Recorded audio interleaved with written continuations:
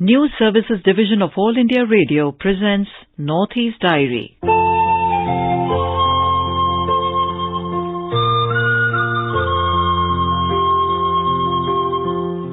Good evening. Welcome to this edition of Northeast Diary. Here we bring you the latest developments from India's unexplored Northeast region.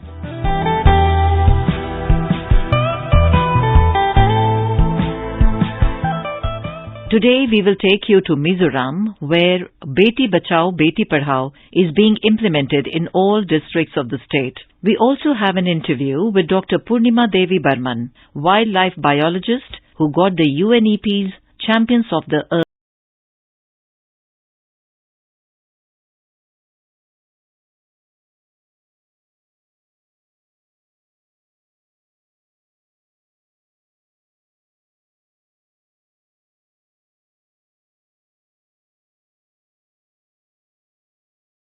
Beti Padhao program is a nationwide campaign for celebrating the girl child and enabling her education. The Beti Bachao Beti Padhao campaign aims at ensuring that girls are born, nurtured and educated without discrimination so that they can become empowered citizens of this country with equal rights.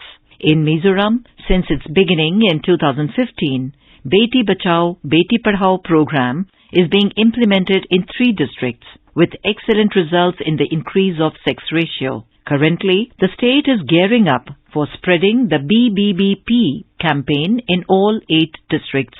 Here is a report from our correspondent from Aizawl. Gender equality in Mizoram is quite high because the social life in the state is rather bent towards gender equality. According to officials of the Women and Child Development Department, there are a few issues like teenage pregnancies which have been addressed through the campaign of Beti Bachao Beti Padhao in Aizawl, Longplai and Serchhip district. Hopefully these cases are presently near elimination. The BBBP campaign has also found some cases of gender discrimination at some schools and other places which have been addressed with continuous campaigns. Talking to AIR News, Assistant Director of Women and Child Development, Mrs. Lalrammoi Koilam, said that the Ministry of Women and Child Development has now revamped all associated women and child-related schemes under one fold, namely Mission Shakti scheme and Beti Bachao Beti Padhao in one component under the Mission Shakti scheme.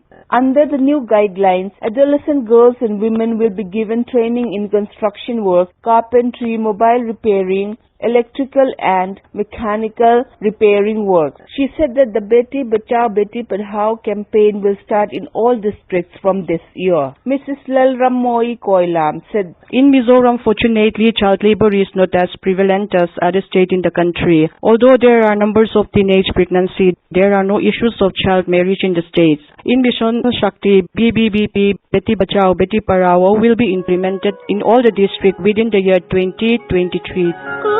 चेहरा है कोमल कली का रूप कोई सलोनी परी का इनसे सीखा सबक जिंदगी का बेटियां तो है लम्हा खुशी का. Officials said that under Beti Bachao Beti Padhao campaign, the department organizes annual functions and outreach programs in the target district. Through these campaigns, congratulatory gifts and incentives are given to every newborn girl born in district hospitals. In the presence of experts and local people, including women, the department also holds talk show on the importance of girls and their rights. For spreading awareness and sensitization on girl child, the department also organizes sensitization programs for social leaders, NGOs, church leaders, ASHA, Anganwadi and health workers. For Northeast Diary, this is Irene from Aizawl.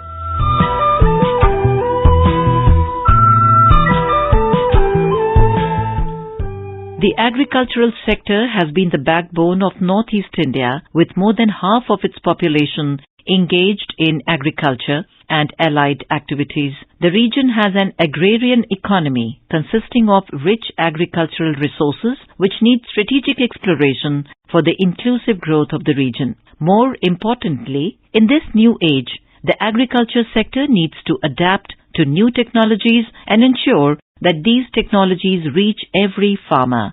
More from our Shillong correspondent. With an aim to enlighten farmers of the northeastern region on the roles of agricultural sector in improving production, technological advancement, to shift technology from the labs to the farmer's land, a 3-day Northeast Krishi Kumbh 2023 was organized by the Indian Council of Agricultural Research Complex, UMIAM, last week.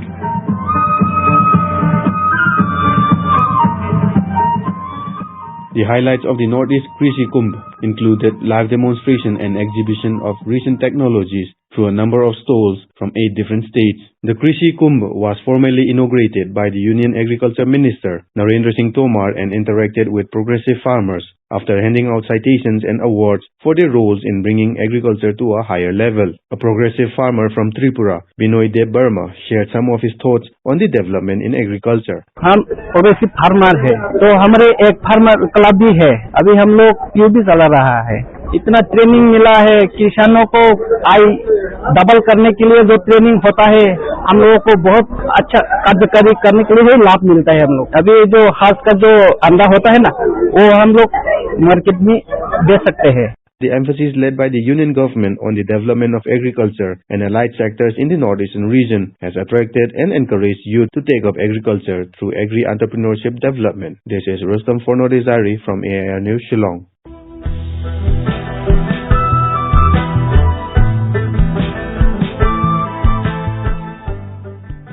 A short-term training course for media persons from Sikkim commenced at Mizoram University campus on the 9th of January, organized by the Indian Institute of Mass Communication or IIMC North Eastern Regional Campus, Mizoram, and facilitated by the Sikkim government. The initiative is aimed at providing journalists an opportunity to gain exposure. We have a report. The 5-day training course for media persons from Sikkim was inaugurated by Lok Sabha MP from Mizoram, C. Lalrongsunga, in the presence of Regional Director, IIMC, L.R. Sailo, and President of Press Club of Sikkim, Shekhar Khawas, among others.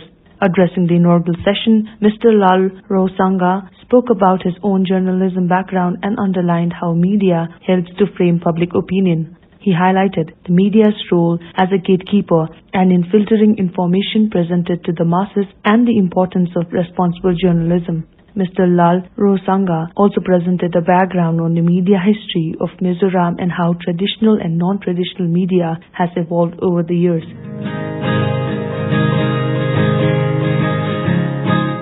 Regional Director, IIMC, L.R. Sailo, informed that the specialized 5-day training course has been organized to provide a better understanding of different issues related to media and communication. The objective is to make personal and different fields aware of the emerging trends and techniques and to sharpen their media skills.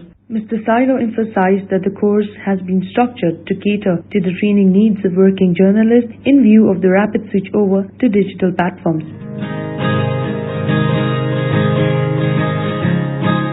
The course also focuses on challenges faced by journalists in the Northeast region and solving them. With Sekit Sarkar, this is Tashang Mobutia for AIR News, Sikkim.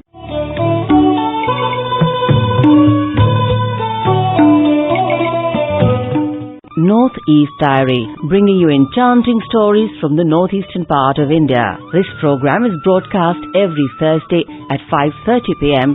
on FM Gold and on our app News on AIR. We look forward to you walking this journey with us every week.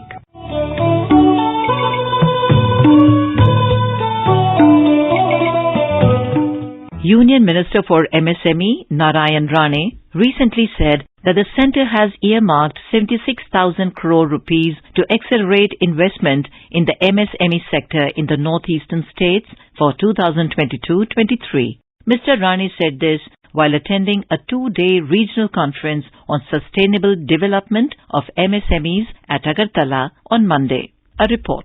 पिछले साल में 22-23 के साल में पूर्वोत्तर 8 राज्यों के लिए 76,000 करोड़ जो फंड दिया है, उसके मुताबिक जो योजनाएं हैं वो योजना का अमल किस तरह से हो रहा है, इसके बारे में जानकारी लेने के लिए मैं त्रिपुरा आया था। त्रिपुरा का पर कैपिटा इनकम 1,25,000 है। देश का पर कैपिटा इनकम 1,80,000 के ऊपर 2 लाख के करीब है। केंद्र सरकार चाहता है कि कोई भी राज्य का पर कैपिटा इनकम देश के पर कैपिटा इनकम से कम नहीं होना चाहिए। इसलिए हम अलग अलग योजना त्रिपुरा के लोगों को, यूथ को देकर या उद्यमी तैयार करना, रोजगार निर्माण करना, पर कैपिटा इनकम और जीडीपी बढ़ाना, यहाँ के जो प्रमुख जो उत्पादन है उसका एक्सपोर्ट करना। हमारे पंतप्रधान माननीय मोदी साहब भारत आत्मनिर्भर होगा इस तरह की घोषणा दे चुके हैं। तो आत्मनिर्भर भारत में आत्मनिर्भर त्रिपुरा हो, इस कोशिश में हम लगे हैं।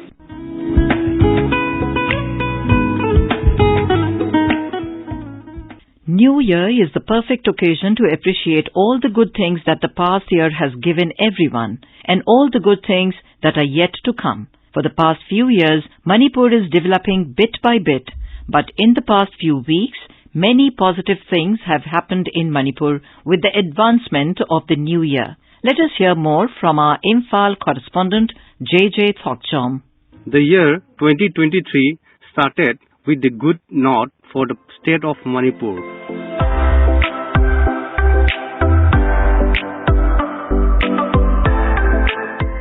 In the first week of January 2023, Union Home Minister Amit Shah visited Manipur to launch several new development projects in the state. The Union Home Affairs Minister Amit Shah, who arrived for 2 days visit to the Manipur, attended a public meeting at Bishnupur on Friday and also inaugurated and laid the foundation stone of 21 development projects worth 1,311 crore rupees.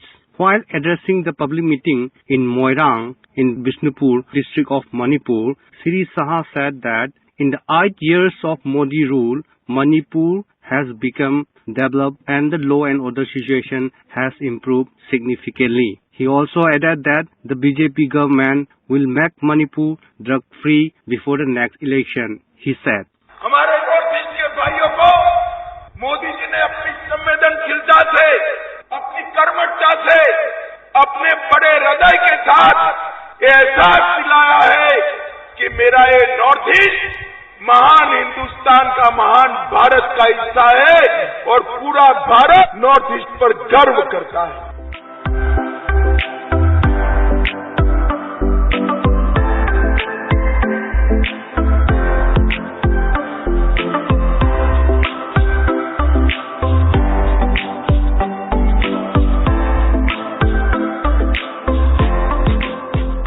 Another bright day arrived in the state of Manipur as 43 cadres from various insurgent groups surrendered their arms and ammunition in front of Chief Minister of Manipur. The homecoming ceremony was organized just after a day of Union Home Minister's announcement Manipur as insurgent-free state.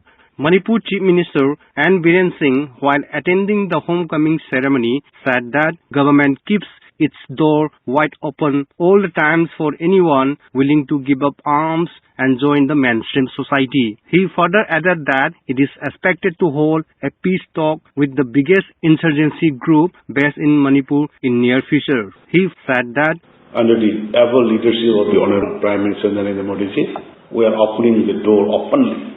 We are going positively. But here I want to appeal to all the agencies operating in the state of Manipur. We should be united. We should be cooperative with each other. We should help each other. We should communicate each other because we are doing all these things for the betterness of our nation, India. So far, this year's beginning is quite admirable that the current year will be much better, more prosperous and peaceful as compared to all the previous years. JJ Thokchom, AIR News, Northeast Diary, Imphal.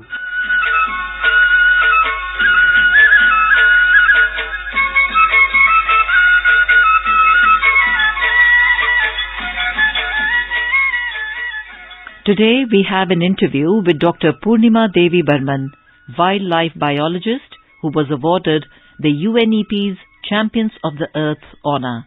The interview is conducted by Manas Pratim Sarma. Good evening, listeners. Dr. Burman, welcome to this episode of Northeast Dairy. Good evening. Namaskar. Thank you so much for having me here. It's our pleasure to have you here again in this new year. I would like to share a good news. Happy New Year to everyone. Right. And Happy New Year to you too.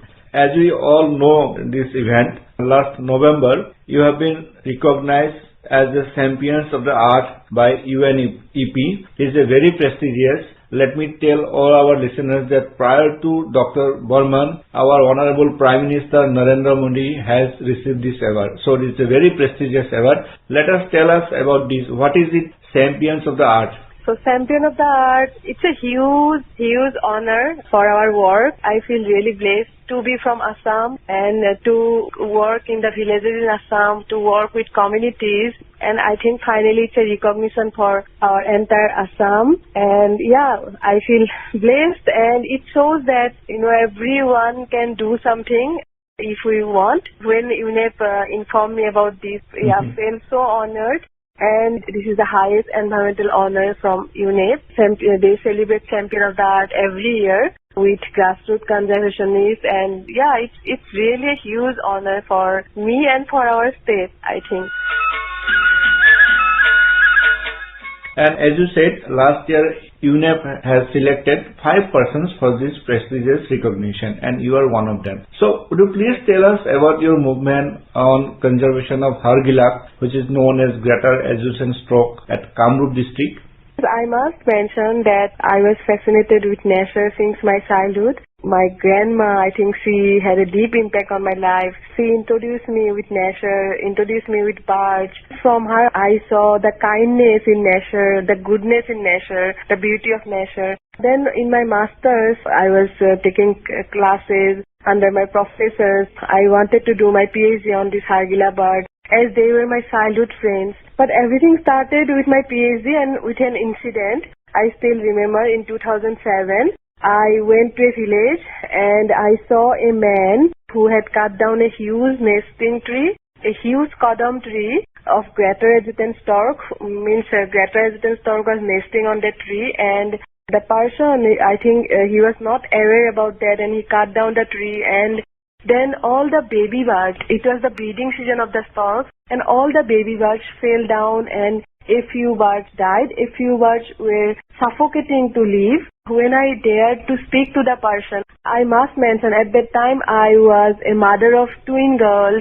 They were 2.5 years old, and when I was there, when I was speaking to the person that these storks are in the breeding season, why he had cut down this tree, then this person was so angry on me, and he and his neighbors, they joined. They started yelling at me, taunting me, and that person told that this stork is a bad omen, a disease carrier, and a pest. So something like that, it doesn't need to live, and this incident had a deep impact on my life. I was a mother, and being a mother, I saw the baby birds which were suffocating, and a few died, and I think being a mother, I felt deeply pain, and I realized that what I am going to do with my PhD, with my higher study, even if I could not motivate a few people towards the trees.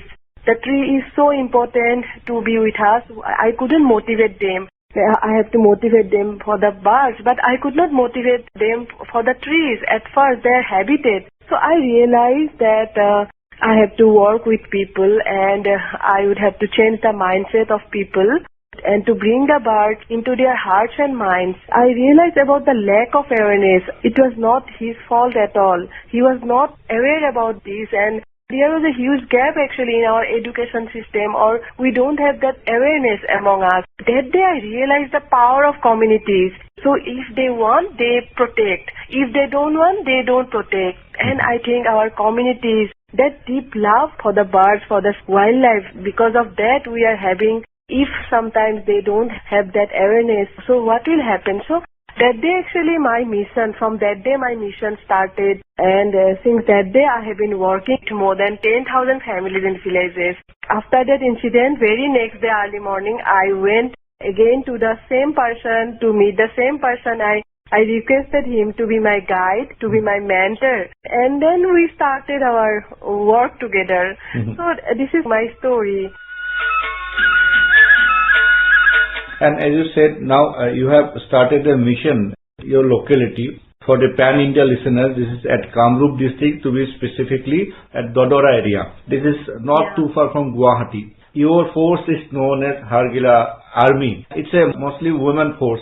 Women folks, they have joined hand with you and you all started creating awareness. So, would you please tell us how you got the support of the last folks? What is your method to create awareness?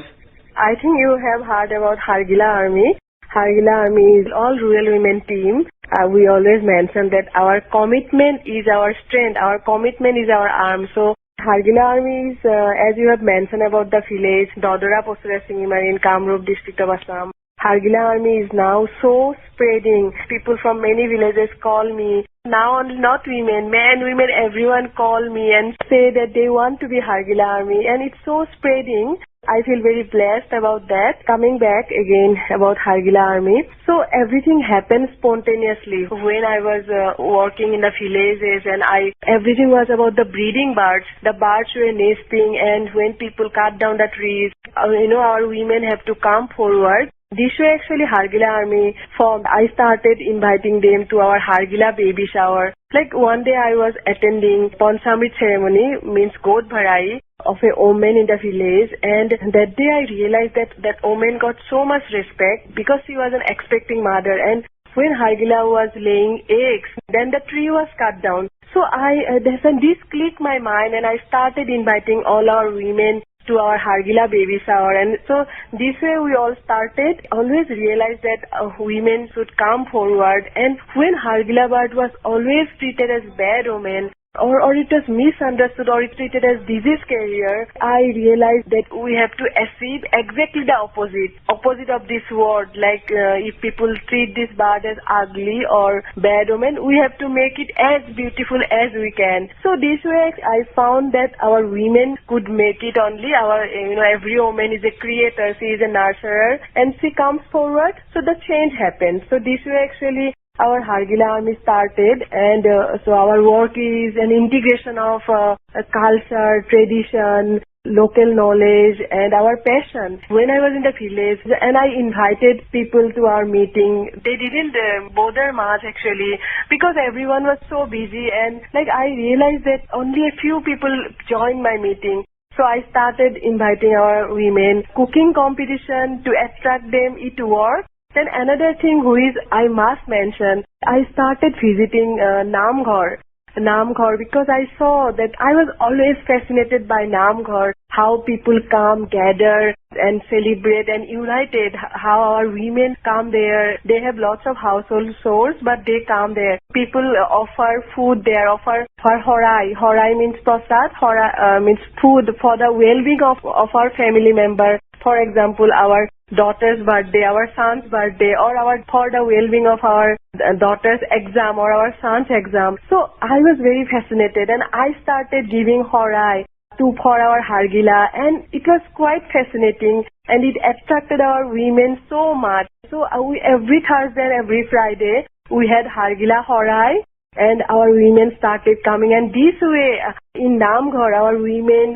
came up with Nam Kirtan of Hargila, and so it was really I felt so blessed. Actually everything is so difficult to express in words till and unless someone come and meet our Hargila Army, meet how we all are united, how we all are celebrating the birth. So this way it happened. It took time. It was not magic that everything will change in a day. It took time, and all the journey is it's a success story, but I still think that it's a up and down movement. And from this up and down movement, I am learning a lot every day.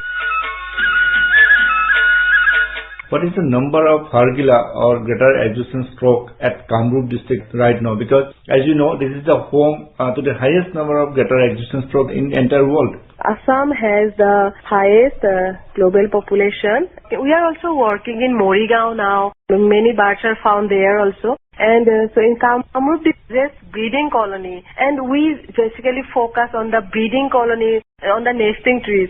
And coming to the numbers, so at this moment we have 250 nests in the villages, 250 nests in these villages. So we have around 800 to 1,000 birds in the Kamrup district. They participate in those villages for breeding and 250 nests. So this is about the population. So now we have, when I started my work, we had about 400 birds 15 years back, 400 to 450 birds. Now the population is more than 1,000 birds in Assam, and we were going to publish it very soon. We are trying to contact IUCN and we are going to publish it very soon.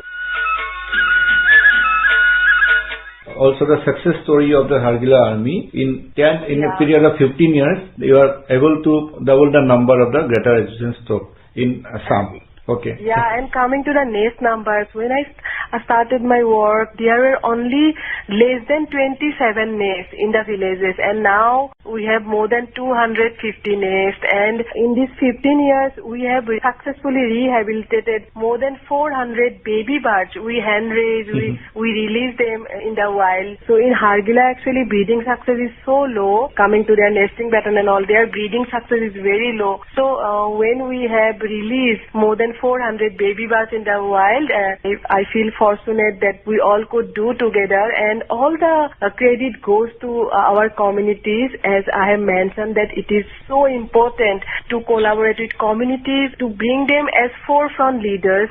I think everything now, we are talking about climate change, we are talking about sustainability. I think communities have that solution. We must rely on them, we must believe in them, and we have to focus on them, our communities and our rural women.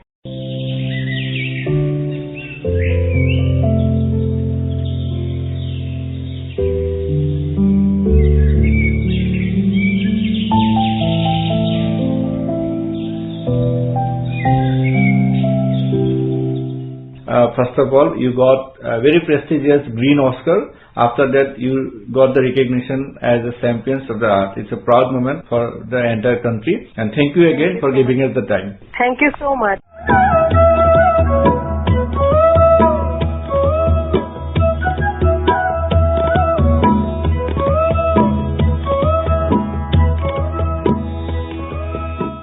You were just listening to an interview with Dr. Purnima Devi Barman, wildlife biologist who was awarded the UNEP's Champions of the Earth honor. The interview was conducted by Manas Pratim Sarma.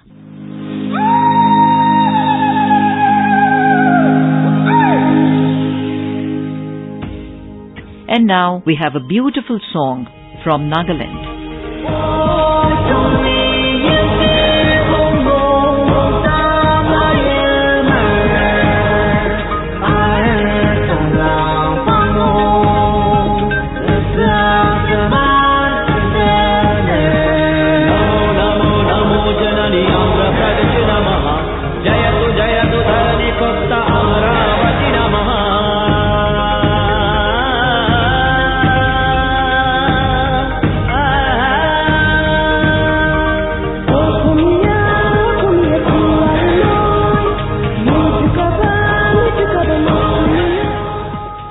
With that, we have come to the end of this edition of Northeast Diary. Do join us next week to hear more stories from this enchanting part of India. Bye-bye.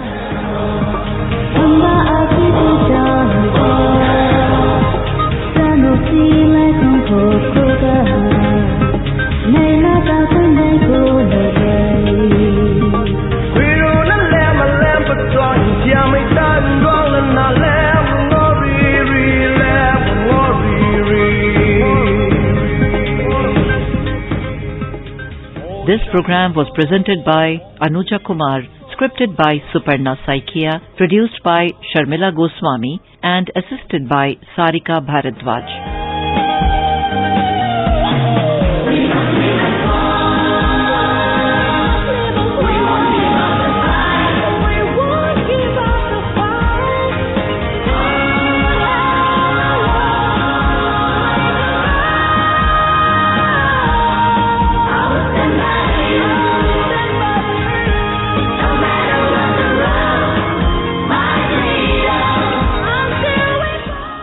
It was brought to you by the News Services Division of All India Radio.